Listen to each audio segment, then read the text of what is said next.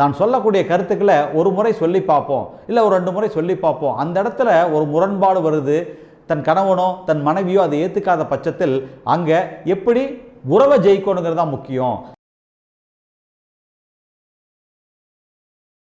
இந்த வாதம் விவாதத்தில் பயங்கர கில்லாடியாக இருப்பாங்க.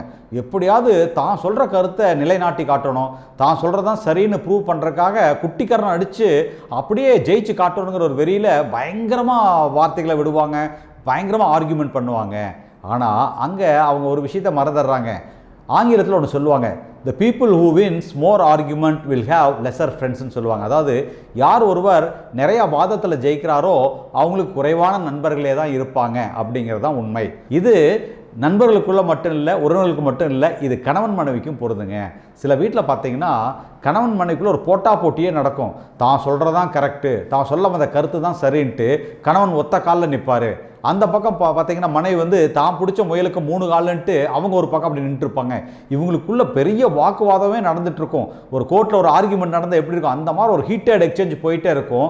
கடைசி வரைக்கும் எப்படியாவது தான் சொல்கிறது சரின்னு ஜெயிச்சு காட்டணுங்கிற முயற்சியில் இருப்பாங்க.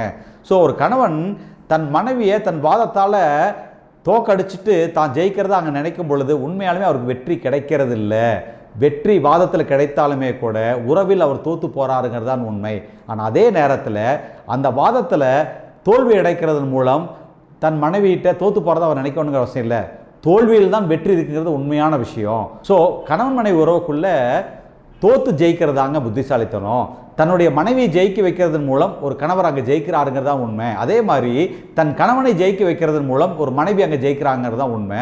இந்த போட்டியில் நிம்மதியை இழந்து சந்தோஷத்திலிருந்து ஒரு விரக்தி மனப்பான்மைக்கு தான் இவங்க 2 பேரும் போவாங்க. அதுக்கு பதிலாக எங்கெங்கெல்லாம் வாய்ப்பு கிடைக்கும் பொழுது தன் மனைவி எப்படி ஜெயிக்க வைக்கலாம், எங்கெங்கெல்லாம் வாய்ப்பு கிடைக்கும் போது தன் கணவனை எப்படி ஜெயிக்க வைக்கலாம், தான் சொல்லக்கூடிய கருத்துக்களை ஒரு முறை சொல்லி பார்ப்போம், இல்லை ஒரு 2 முறை சொல்லி பார்ப்போம். அந்த இடத்துல ஒரு முரண்பாடு வருது, தன் கணவனோ தன் மனைவியோ அதை ஏற்றுக்காத பட்சத்தில் அங்கே எப்படி உறவை ஜெயிக்கணுங்கிறது தான் முக்கியம்.